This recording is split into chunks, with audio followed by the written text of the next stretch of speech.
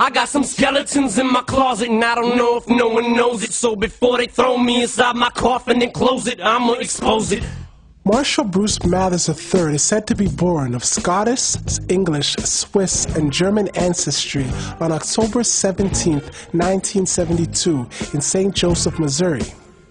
He was raised in Detroit, Michigan, where he released an obscure album called Infinite on November 12, 1996, 2 months after the death of Tupac Shakur.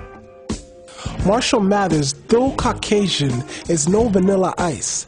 Eminem gained recognition and credibility as a white rapper in the underground scene, being compared to some of the greatest.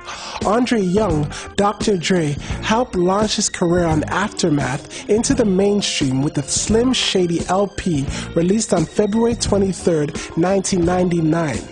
Tapping to the spirits of both Tupac and the Notorious B.I.G., Marshall Mathers emulated the darkest and most disturbing sides of each, creating the greatest controversy in hip-hop history with his insanely genius lyrics.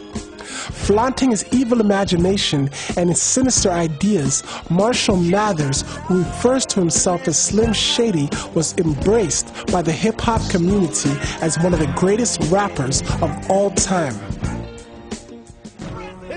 For the future of our next generation to speak and be heard. Ye are of your father the devil, and the lusts of your father ye will do. He was a murderer from the beginning, and abode not in the truth, because there is no truth in him. When he speaketh a lie, he speaketh of his own, for he is a liar and the father of it.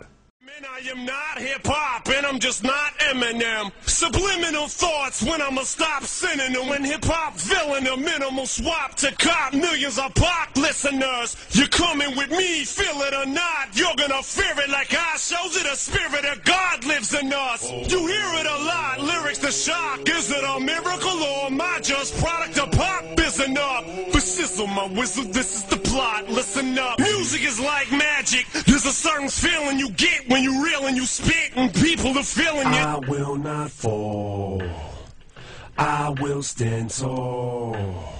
Feels like no one can beat me.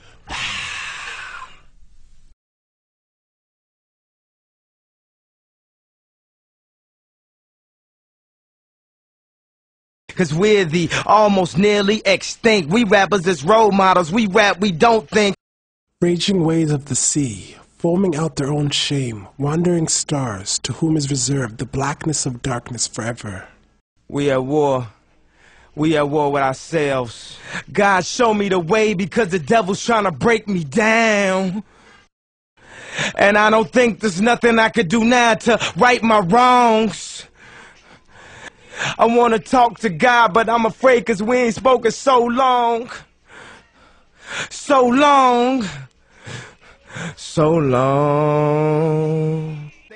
Hip-hop has come a long way since its humble beginnings in the South Bronx as a way to pass time in the summer with your friends and neighbors to escape the daily feelings of oppression and burden.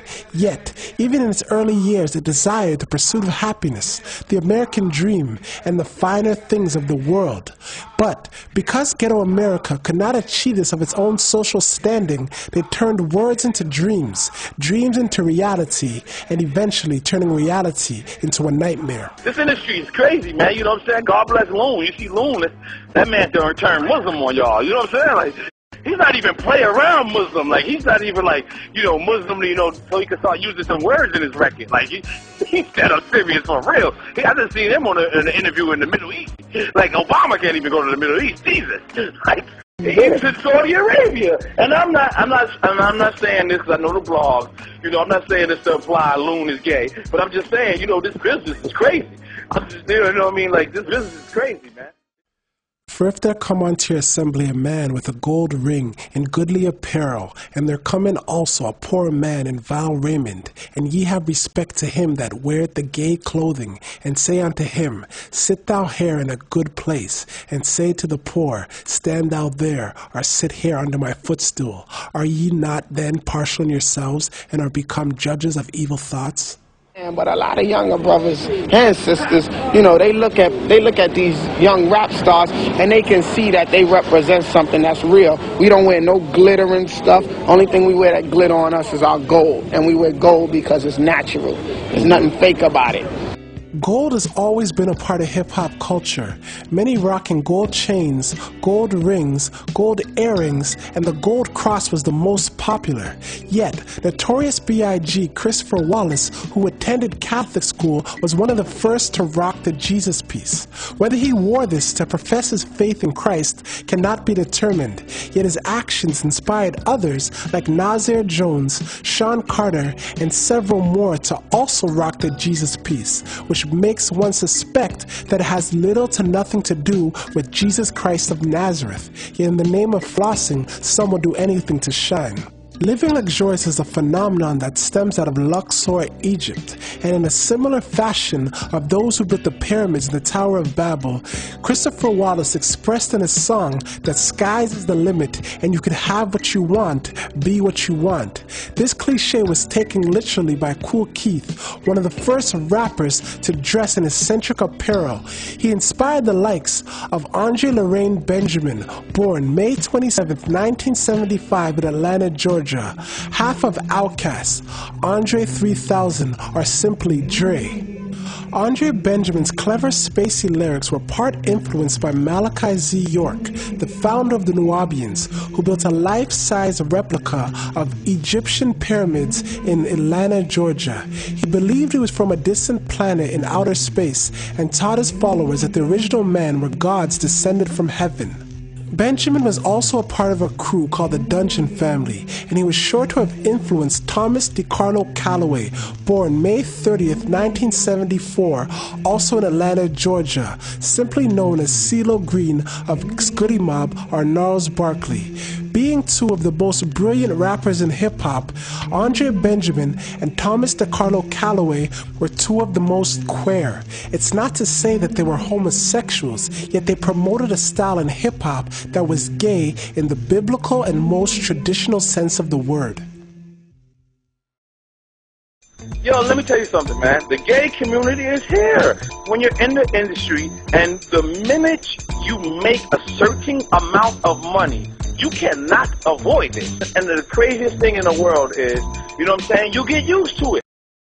Because that when they knew God, they glorified him not as God, neither were thankful, but became vain in their imaginations, and their foolish heart was darkened. Professing themselves to be wise, they became fools, and changed the glory of the uncorruptible God into an image made like to corruptible man, and to birds, and to four-footed beasts, and to creeping things. Wherefore God also gave them up to uncleanliness, through the lusts of their own hearts, to dishonor their own bodies between themselves.